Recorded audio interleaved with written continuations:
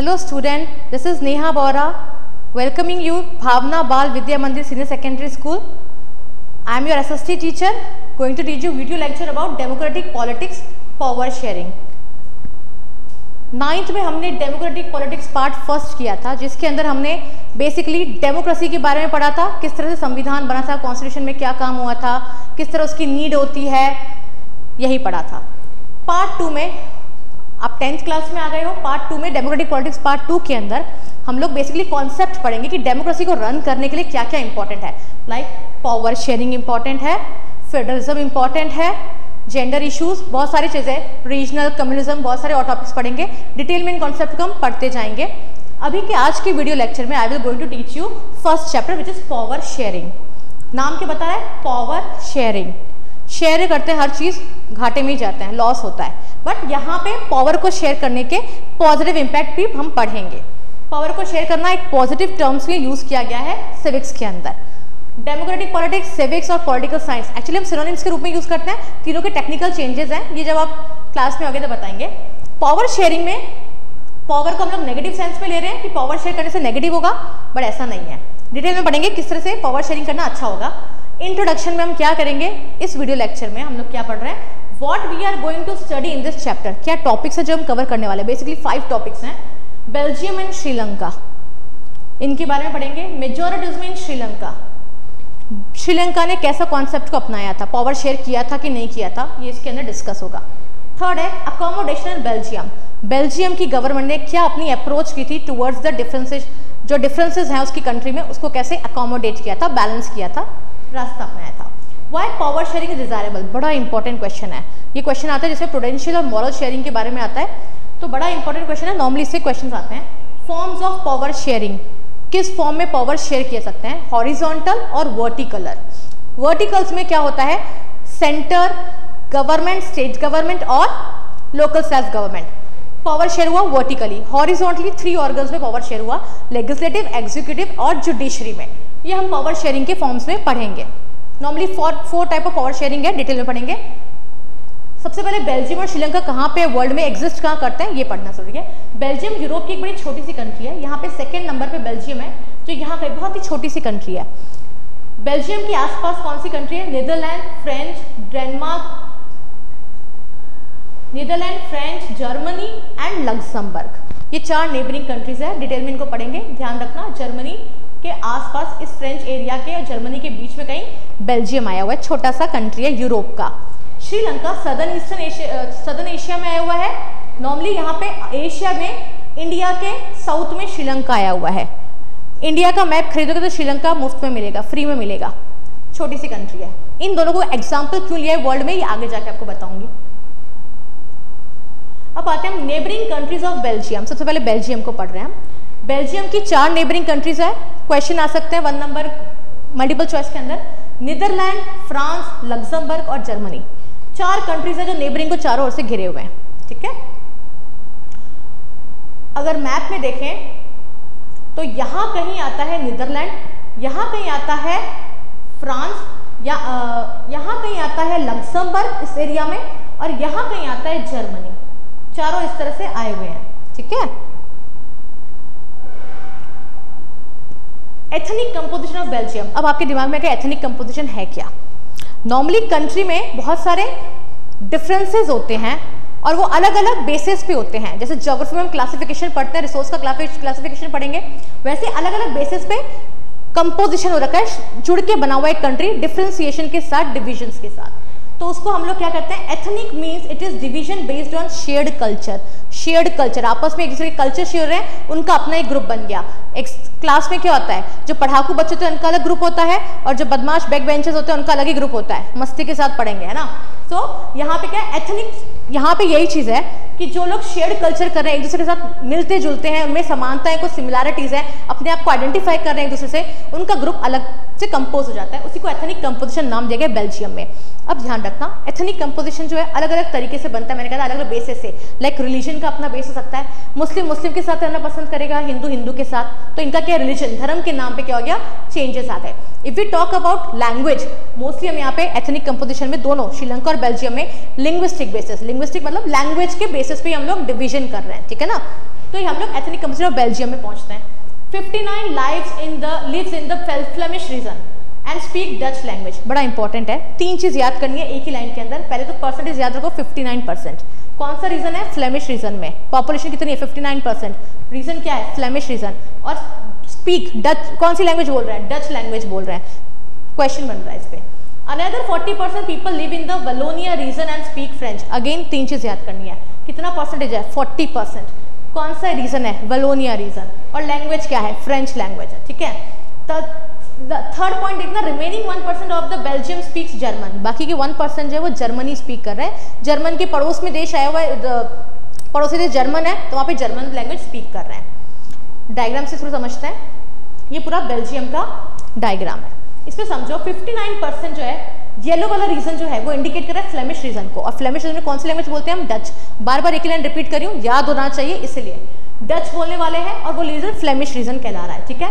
Red region जो indicate कर रहा है वो कौन सा रीजन है, वलोनिया रीजन है। वलोनिया में कौन सी लैंग्वेज बोल रहे हैं, फ्रेंच बोल रहे हैं, ठीक है ना। और कितने परसेंट है, 40% है। ध्यान रखना, 1% रिमेनिंग जर्मन। यहाँ पे जो इंडिकेशन हो रहा है, सिंबल बन रहे हैं, ये लाइन जर्मन के पॉपुलेशन भाषा बोलने वाले लोगों को इंडिकेट कर रहा है। तो जर्मन यहाँ का एग्जिस्ट करता है, लग्जमबर्ग यहाँ साउथ में है कहीं, यहाँ कहीं पर हमारा फ्रेंच बोलने वाले लोग हैं, और यहाँ कहीं पर हमारा नीदरलैंड कंट्री आया। तो चारों कंट्री मैंने आपको बता दी कहाँ पे एग्जिस्ट करते हैं, आस पड़ोस के कंट्री बेल्जियम के हैं, ठीक है। इस डायग्राम में एक चीज और ध्यान रखनी है, बीच में सेंटर में आपको गोल सा दिख रहा है, ये क्या इंडिकेट कर रहा है, ये बेल्जियम की कैपिटल है ब्रुसल। याद रखना, ब्रुसल कैपिटल है बेल्जियम की, ठीक है। आगे बढ़ते हैं हम लोग। In the capital city Brussels 80% people speak French. अब बिल्कुल उल्टा हो गया, वाइस वर्सा हो गया है। कैपिटल के अंदर ब्रुसल में 80% तो फ्रेंच बोलने वाले हैं, while 20% are Dutch speaking. Dutch बोलने वाले 20% लोग हैं। ये प्लीज अच्छे से अंडरलाइन कर लेना अपनी बुक के अंदर। 80% फ्रेंच बोलते हैं, 20% डच बोलते हैं। बिल्कुल उल्टा हो गया। पूरी कंट्री में तो डच बोलने वाले ज्यादा हैं और फ्रेंच बोलने वाले कम हैं, और 1% जर्मनी है, बहुत ही कम बोलने वाले जर्मन बोलने वाले हैं। जबकि ब्रुसल के अंदर 80% फ्रेंच बोलने वाले हैं और 20% डच बोलने वाले हैं। मतलब पूरे एरिया में जो मेजॉरिटी स्पीकिंग डच थे वो कैपिटल के अंदर माइनॉरिटी में चले गए। माइनॉरिटी यानी कम लोग, मेजॉरिटी यानी ज्यादा लोग। मैक्सिमम पर्सन स्पीक कौन सी लैंग्वेज बोलते हैं, अगर बोले बेल्जियम में कौन सी लैंग्वेज बोलते हैं तो आपको बोलना है डच स्पीकिंग पर्सन, और बोले ब्रुसल में कौन सी लैंग्वेज बोलते हैं, you have to speak French. French language बोलने वाले ज्यादा है ब्रुसल में, कैपिटल में, ठीक है। अब एक country compose of different ethnic group. Ethnic group मैंने आपको बता दिए थे। अब आ गया था रीजन फॉर टेंशन। अच्छा, जब भी हम बात करते हैं डिफरेंस का, डिफरेंशिएशन यानी मतलब क्या हो गया, जहाँ पे डिफरेंट लोग आ गए हैं वहाँ पे क्या है, कहीं ना कहीं डिवीजन होगा। डिवीजन यानी भेदभाव, या कहीं ना कहीं डिस्क्रिमिनेशन है, भेदभाव होगा, डिवीजन होगा। जब डिवीजन होगा तो ऑब्वियसली बात है टेंशन क्रिएट होगी कम्युनिटीज के बीच में।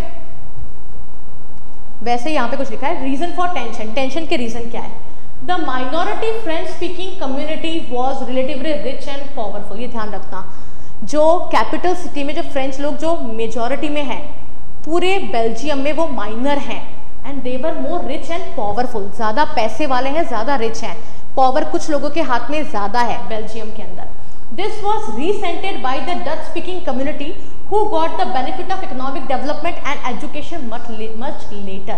अब यहाँ पे प्रॉब्लम, टेंशन की प्रॉब्लम कैसे क्रिएट हुई, जो दूसरे डच स्पीकिंग पर्सन्स जो हैं, जो कि मेजॉरिटी में है, ज़्यादा नंबर में, उन्होंने क्या कहा कि भाई हमको तो इकोनॉमिक डेवलपमेंट बहुत लेट मिला। क्यों? क्योंकि ये लोग तो पहले से पैसे वाले हैं, अमीर से अमीर बन रहे हैं, हम लोग जो है वो गरीब से अमीर। अब धीरे धीरे हमारा डेवलपमेंट हो रहा है। हालांकि यूरोप की कंट्री तो डेवलप्ड कंट्री है, बट स्टिल धीरे डेवलपमेंट इनको कम मिला। तो यहाँ पे क्या हुआ, बेनिफिट जो इकोनॉमिक डेवलपमेंट और एजुकेशन का वो डच को लोगों को बाद में मिला कंपेयर टू फ्रेंच। तो क्या हुआ, दोनों की कम्युनिटी के बीच में प्रॉब्लम्स क्रिएट हुई। The tension between the two communities are more acute in Brussels. Brussels में तो और भी प्रॉब्लम थी। कैपिटल में क्यों प्रॉब्लम थी, क्योंकि फ्रेंच बोलने वाले ज़्यादा थे, डच बोलने वाले कम थे। पूरी कंट्री डिमांड कर रही है, डच वाले डिमांड कर रहे हैं कि भाई हमारे को ज़्यादा सपोर्ट मिलना चाहिए, गवर्नमेंट को ऐसी पॉलिसीज लाओ जो हमारे बेनिफिट के लिए हो। बट कैपिटल में उल्टा हो रहा है, कैपिटल में बोल रहे हैं फ्रेंच वाले ज्यादा है तो डच वाले बोलने वाले कम है। अब जाहिर सी बात है, ज्यादा नंबर ऑफ पीपल अगर एक बात को करेंगे तो लोग उसकी बात ज्यादा सुनेंगे, तो मेजोरिटी विंस, ऑलवेज यही कॉन्सेप्ट होता है, मेजोरिटी विंस डेमोक्रेसी के अंदर। तो यहाँ पे कैपिटल का अलग ही एक टेंशन चल रहा है और पूरी कंट्री में एक अलग ही कॉन्सेप्ट चल रहा है। So Brussels present a special problem the Dutch speaking people constitute a majority in the country but a minority in the capital. मतलब यहाँ पे बोल रहा है कि ब्रुसेल में एक अलग ही टेंशन चल रही है। क्या स्पेशल प्रॉब्लम है कि डच बोलने वाले तो मेजोरिटी में ब्रुसेल के अंदर, पर पूरी कंट्री में देखो तो माइनॉरिटी में आए हुए हैं, कम मात्रा में डच बोलने वाले हैं पूरे वर्ल्ड, कंट्री में, बेल्जियम में। रीजंस फॉर टेंशन के बाद हम आगे पढ़ते हैं। मैंने अच्छे से मैप समझा दिया है। Now coming to ethnic composition of Sri Lanka. Map में थोड़ा समझते हैं। श्रीलंका इंडिया के पास की एक छोटी सी कंट्री है। यहाँ पे एथनिसिटी को कैसे कंपोज किया है, यहाँ पे भी लैंग्विस्टिक यानी लैंग्वेज के बेसिस पे हमने एथनिक कंपोजिशन कर रखा है श्रीलंका का। श्रीलंका में क्या है, सबसे ज़्यादा लैंग्वेज बोलने वाले लोग सिन्हाला कम्युनिटी के लोग हैं, जो श्रीलंका के लोग हैं। सिन्हाला येलो कलर को इंडिकेट कर रहा है, सिन्हाला बोलने वाले सबसे ज़्यादा मेजॉरिटी में, ठीक है ना। माइनस के अंदर श्रीलंकन तमिल्स हैं। श्रीलंकन तमिल्स जो ऑरेंज कलर में आए हुए हैं, बट ये तमिल्स हैं। अब तमिल्स भी कहाँ से आए हुए हैं ये मैं आपको बताऊंगी। इंडियन लोग हैं, इंडियन ओरिजिन से, किस तरह से प्लांटेशन वर्कर के रूप में उनको कॉलोनीज के पीरियड में लाया गया था, ये डिटेल में आगे पढ़ेंगे। बीच में कुछ थोड़ा एरिया है वो इंडियन तमिल्स की है, हिंदुस्तान से आए हुए तमिल्स के बारे में ये हम पढ़ेंगे, ठीक है ना। तो यहाँ पे जो श्रीलंकन तमिल्स है ना, वो फोर फादर लाए हुए, फोर फादर से चोला के टाइम में, चोल एम्पायर के टाइम में जो तमिल्स को छोड़ के श्रीलंका में आ गए थे अपने व्यापार ट्रेड किसी भी कॉन्सेप्ट के कारण, वहाँ पे इनको हम लोग श्रीलंकन तमिल्स कह रहे हैं, क्योंकि इनको रहते हुए हजारों साल हो गए, तब उनको वहाँ के श्रीलंकन तमिल्स ही हम इंडिकेट कर रहे हैं। और इंडियन तमिल्स वो हैं जो कॉलोनी पीरियड में ब्रिटेन के टाइम में लाए गए थे, उनको हम इंडियन तमिल इंडिकेट कर रहे हैं। इसकी कैपिटल, बट इसमें कैपिटल की कोई प्रॉब्लम नहीं है, ये तो पूरे देश की एथनिसिटी की प्रॉब्लम है, वो पढ़ेंगे। अब एथनिक कंपोजिशन ऑफ श्रीलंका में आते हैं। Sri Lanka has a diverse population, साफ कह रहे हैं डाइवर्स है, भिन्नता है, यहाँ पे लैंग्वेज में डिफरेंसेस हैं।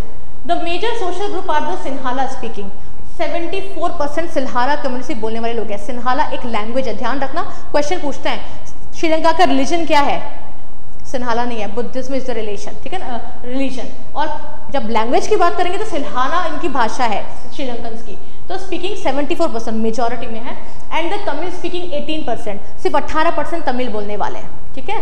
अमॉन्ग तमिल्स देयर आर 2 सब ग्रुप। अब तमिल्स को भी 2 पार्ट में डिवाइड कर दिया है। तमिल भी 2 तरह के हैं। Tamil natives of the country are called Sri Lankan Tamils, जो 13% है।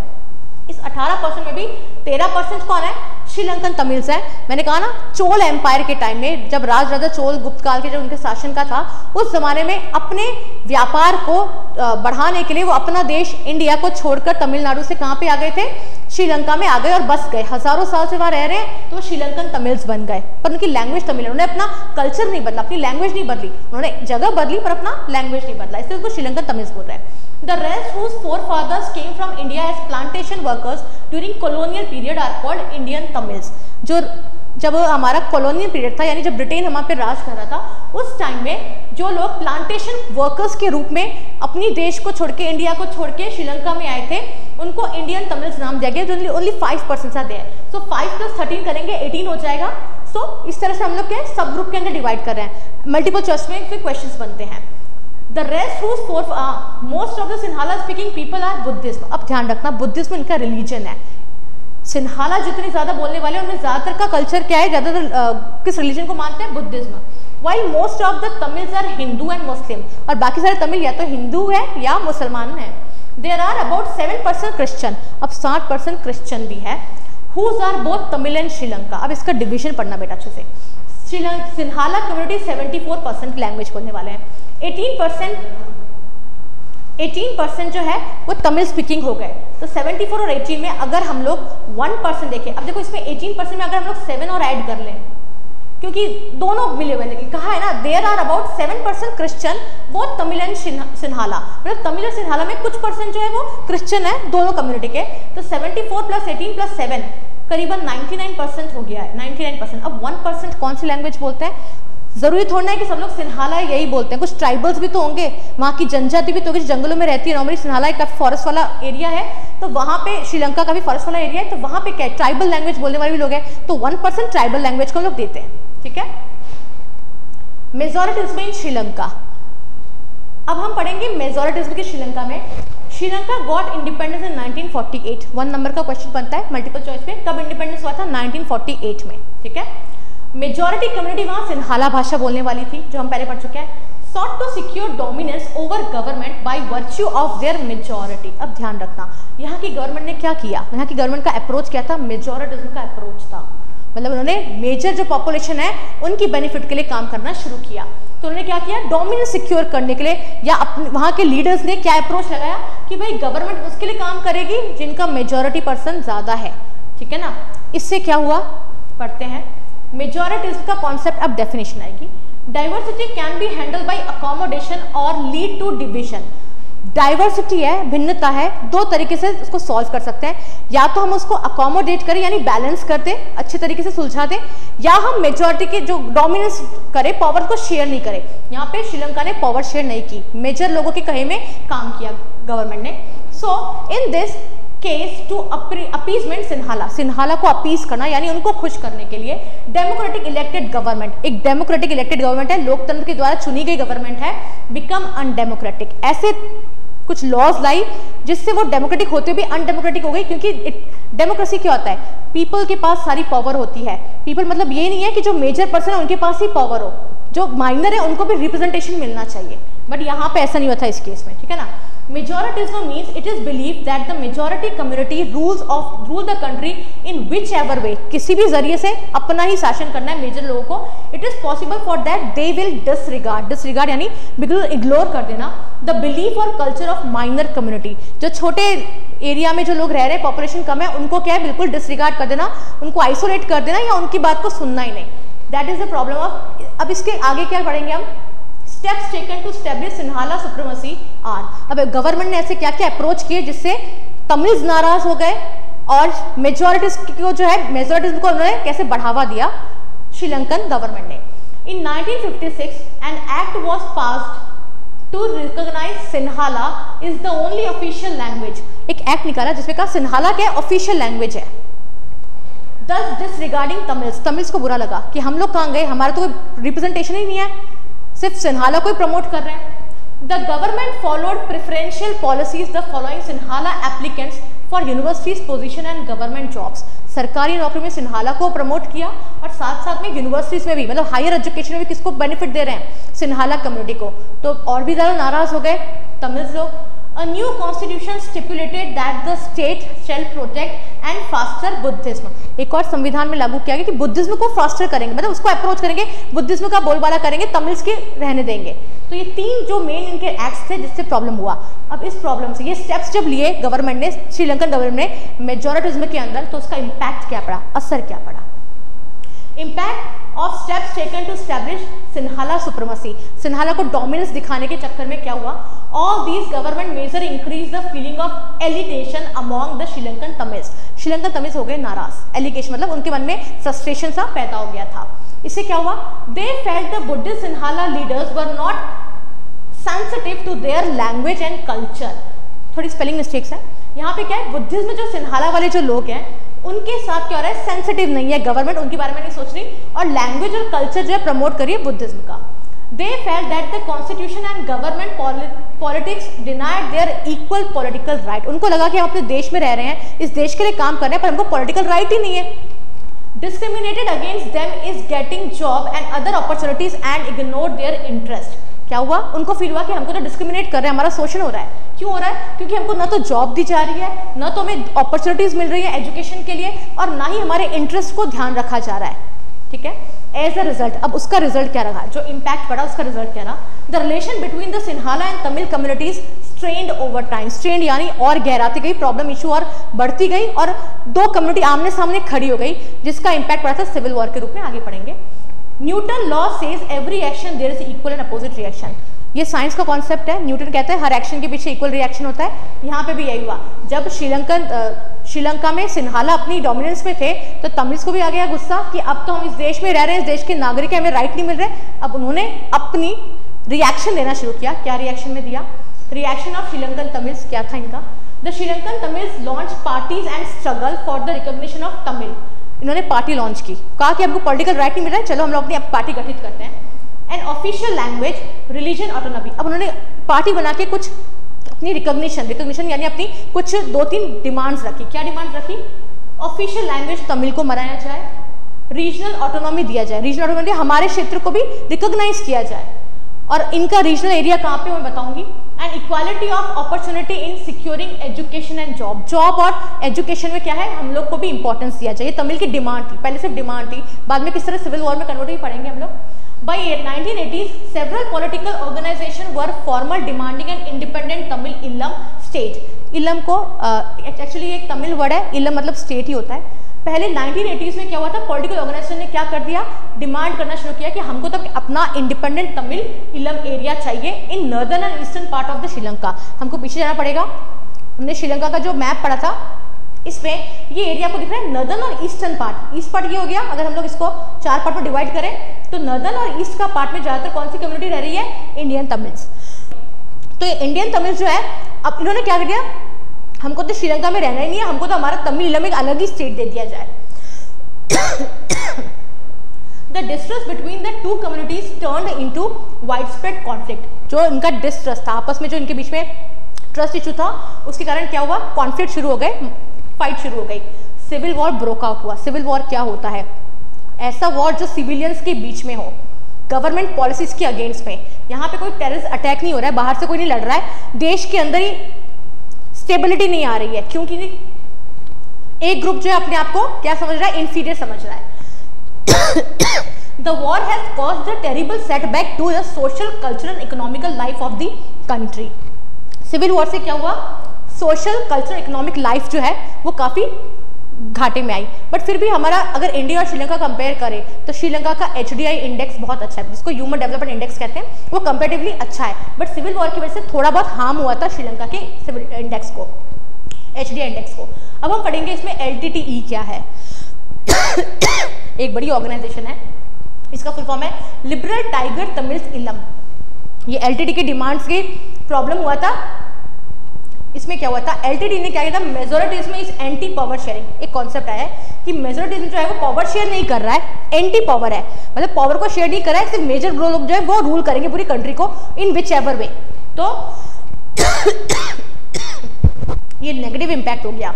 LTTE एक ऐसा ऑर्गेनाइजेशन है, सबसे पहले जो आजकल जो मिडिल ईस्ट में हमारा आजकल हालांकि ड्रोन से टेररिज्म अटैक होते हैं, बट पहले के टाइम में क्या था, बॉम्ब ब्लास्टिंग हुआ करता था, और ये कॉन्सेप्ट LTTE के द्वारा लाया गया था सबसे फर्स्ट, जब उन्होंने राजीव गांधी को असैसिनेट किया था। असैसिनेट मतलब उनको उनकी हत्या कर दी थी कि एक माला के अंदर बॉम्ब रखा था और रिमोट के द्वारा बटन दबा के बहुत लोगों की जान गई थी और राजीव गांधी की हत्या हुई थी।